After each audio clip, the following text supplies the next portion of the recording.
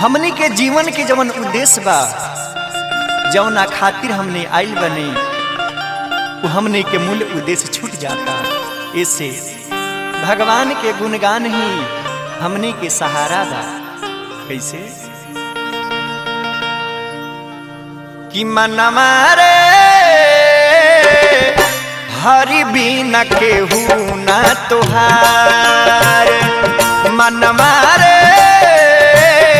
हरि बिना केहू ना तोहार। अन धन सबई हमें रह जाई, अन धन सबई हमें रह जाई, छूट जाई जग संसार। मनवा रे हरि बिनु केहू ना तोहार, मनवा रे प्रभु बिना केहू ना तोहार।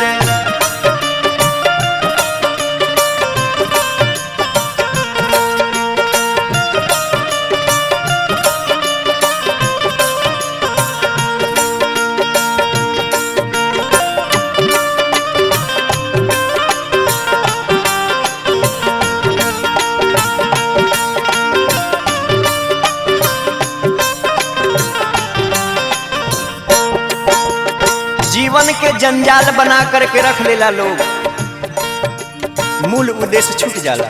कैसे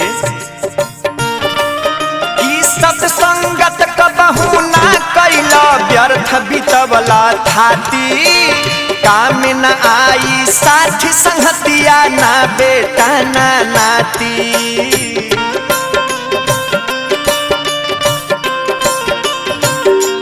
हाँ सत्संगत कुछ ना कैला, व्यर्थ बितवला थाती, काम न आई है साथी संगतिया, ना बेटा ना नाती। ऐसन सुनर नरतन पाके, ऐसन सुनर नरतन पाके, कैली हला बेकार। मनवा रे हरि बिनु केहू ना तोहार, मनवा रे प्रभु बिना केहू ना तोहार।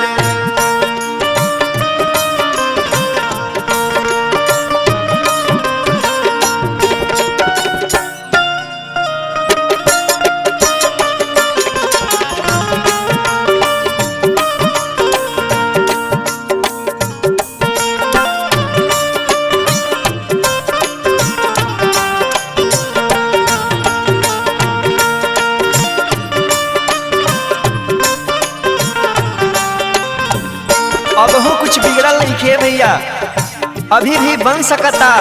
जो बिगड़ गई तो बिगड़ गई, लेकिन आगे हमनी सबके बनावे के प्रयास करे के चाहिए।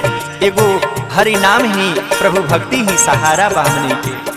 कैसे कि अब हो से कुछ सोच कराना, बदला मन के नीति, कुछ समय निकाला काला, प्रभु श्री राम से प्रीति।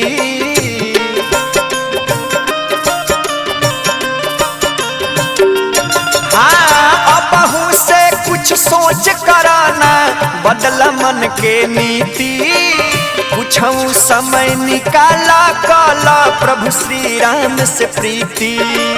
राम नाम ना भजला कबहू, राम नाम ना भजला कबहू, कैसे होई सुधार। मनवा रे प्रभु बिना केहू ना तोहार, मनवा रे हरि बिनु केहू ना तोहार। अन धन सबई हमें रह जाई, अन धन सबई हमें रह जाई, छूट जाई जग संसार। मनवा रे हरि बिनु केहू ना तोहार, मनवा रे प्रभु बिनु केहू ना तोहार, मनवा रे हरि बिनु केहू ना तोहार।